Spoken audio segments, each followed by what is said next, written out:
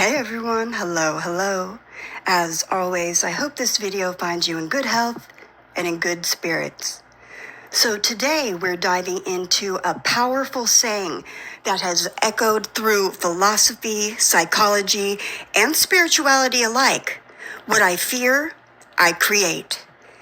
At first, it sounds almost mystical, like fear is some kind of magnet pulling unwanted experiences into our lives.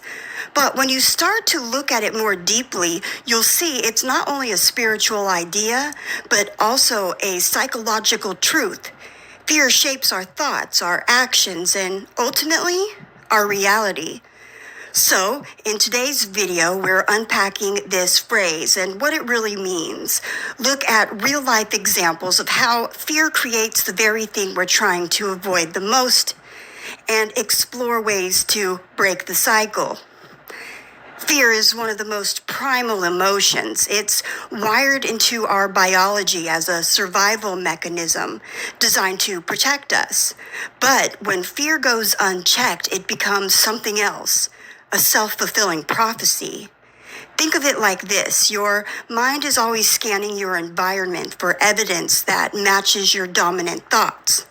If fear is at the forefront, your brain will tune into situations that confirm that fear even amplifies them. This is why people say energy flows where attention goes. By constantly focusing on fear, we unconsciously steer our actions and decisions towards creating it.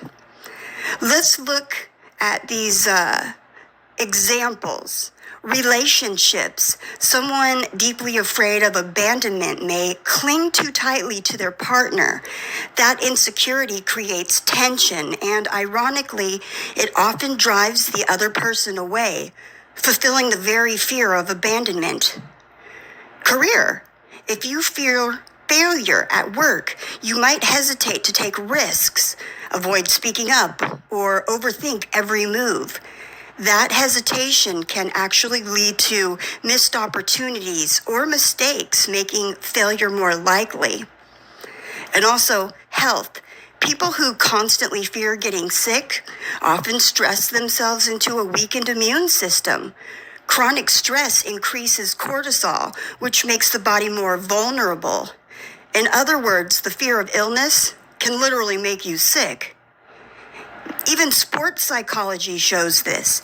Athletes who fear choking in a game often perform worse because their mind is locked on not messing up instead of being focused on winning. In spirituality, the idea connects to the law of attraction. What you vibrate, you attract. Fear is seen as a dense frequency that pulls its experiences matching that state. And in psychology, it ties to the self-fulfilling prophecy of confirmation bias. We behave in ways that unconsciously fulfill our expectations. We selectively notice things that confirm what we already believe. So, whether you see it through a mystical lens or a scientific one, the truth is the same. Fear has creative power. Okay, so if what I fear I create, how do I stop feeding the cycle? Here are some practices that really work. Awareness and naming the fear. Fear thrives in the shadows, so write down what you fear most. Say it out loud. Naming it reduces its power because the unknown is always scarier than the known. Reframe the fear. Instead of, I'm afraid I'll fail, shift to, I'm preparing myself to grow through this challenge. Language matters. It changes the narrative of your subconscious.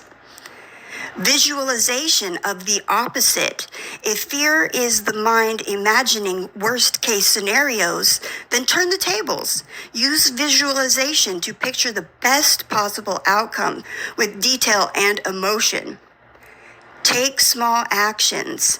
Action dissolves fear. If you fear rejection, practice small acts of courage. Say hi to a stranger. Share an idea in a meeting.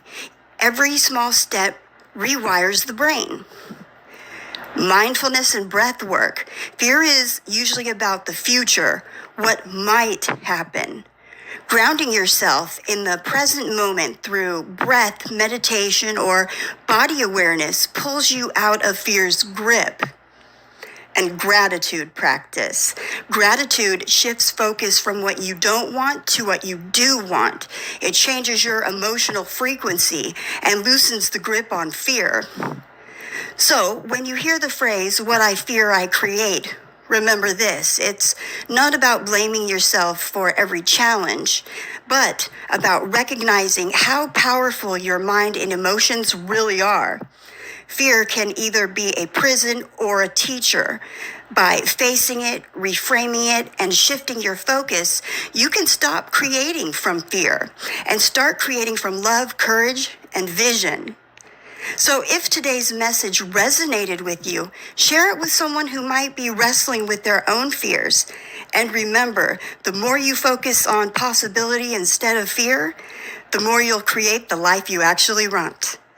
All right, everyone, take care. Peace.